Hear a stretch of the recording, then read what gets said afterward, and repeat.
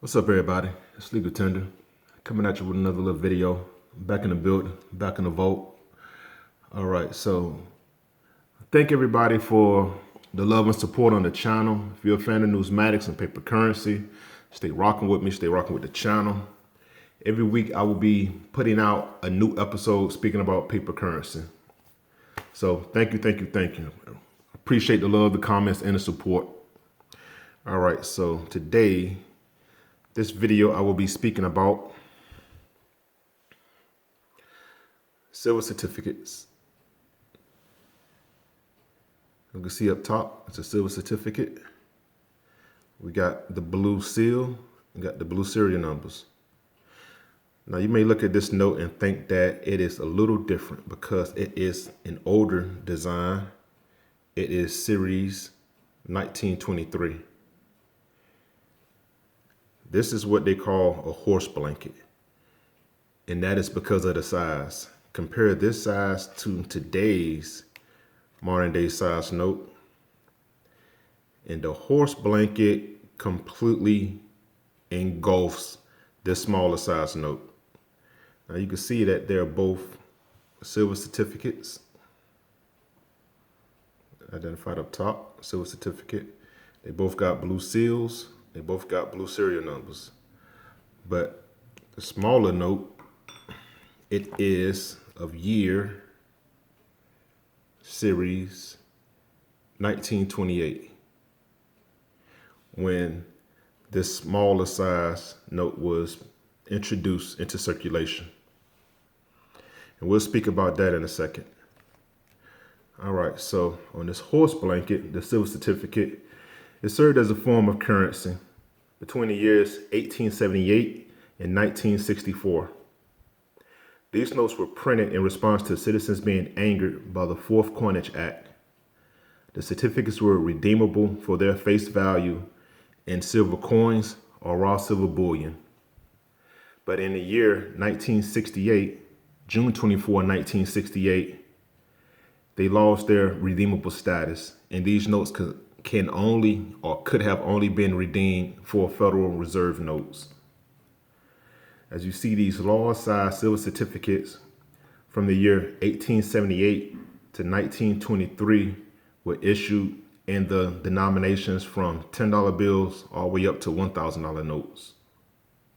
But later on, in the year 1878 and 1880, the denominations 1s, 2s, and 5s were authorized. Now, in the year 1928, all U.S. banknotes were reduced in size and design.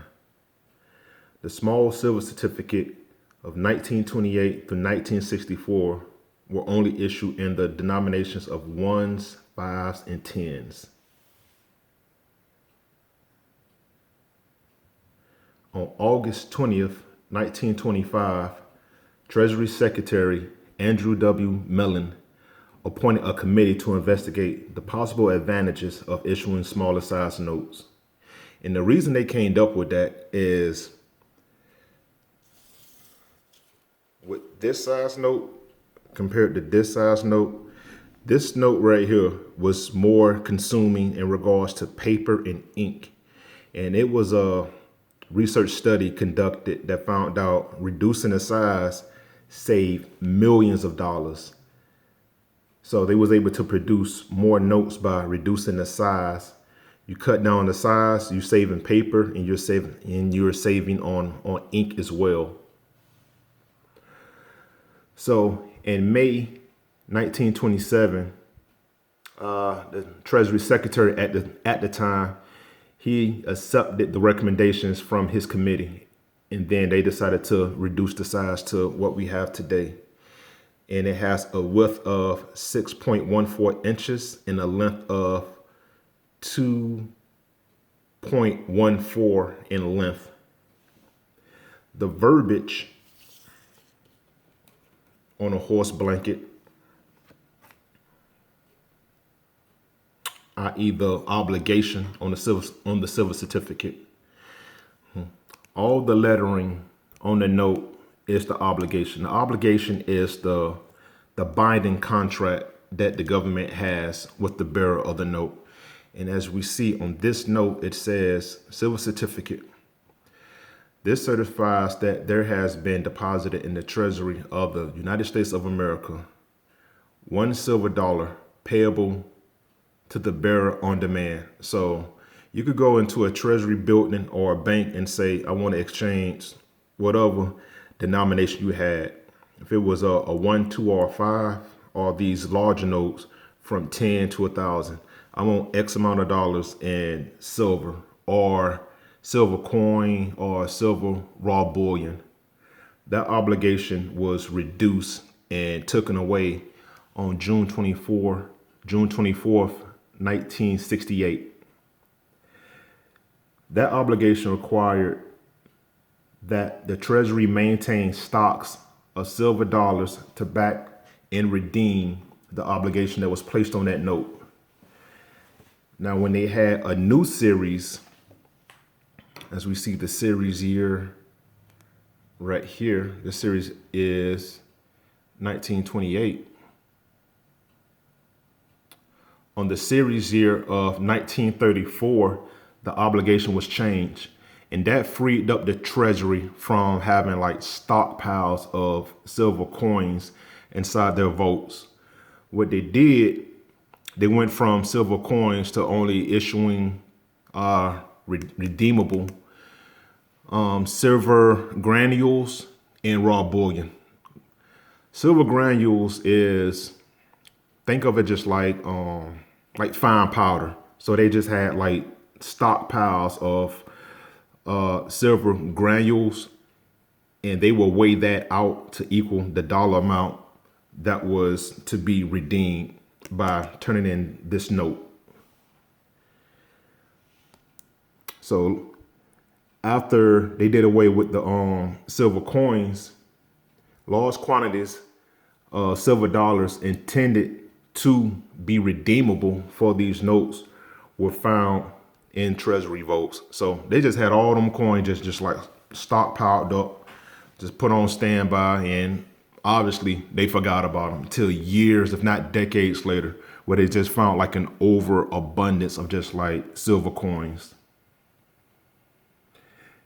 And that obligation was changed on the 1934 series. I wonder if I got one of those. I got a couple silver certificates.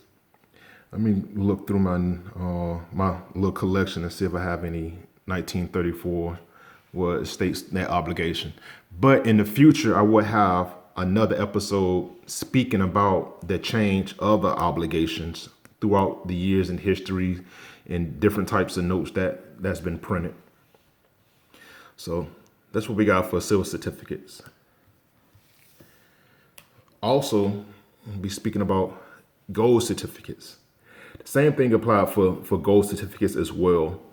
Instead of the notes being redeemable by silver, they were redeemable in gold. With that right there, gold certificate. This is a gold certificate. It's not stated up top nowhere. It is just implied that, well, it's also obvious that if you see this gold seal, you'll see gold certificate, and that identifies this note as a gold certificate. All right, so these notes served as representative for money from the years 1865 to 1933. Having gold certificates were a lot more convenient to pay debts instead of using gold coins, because then you had to walk around, and like gold was very cumbersome, if not heavy. So let's go on and just issue out these gold certificates, and these can be redeemable for their face value as well. The Gold Reserve Act of 1934 established a new accounting mechanism through the issue of special series of gold certificates. What series is this? This is series 1928 as well, when all notes were reduced to this size. The series of 1934 consisted of the following denominations. It had a $100 bill, a $1,000 bill, and a $10,000 note. There is also a $100,000 denomination that has the portrait of President Woodrow Wilson. and it is the largest denomination to ever be printed by the United States Treasury. Only 42,000 of the $100,000 notes were ever printed, and it was never ever meant to be issued out to the general public. The $100,000 certificate were printed between the 18th December 1934 and the 9th of January 1935. So the same obligations that apply for the silver certificate apply for the gold certificate as well. On the front of the gold certificate, we have Hamilton, and on the back, we have the Treasury building. So we got gold certificate. Have the silver certificate and the original big boy, the horse blanket silver certificate. All right, so that's all we got for this episode. Really glad to finally to be able to speak about gold certificates.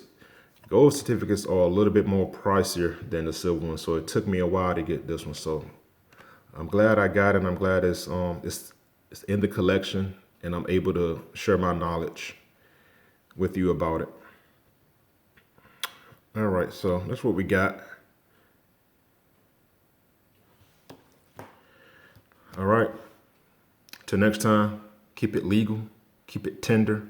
Talk to you soon.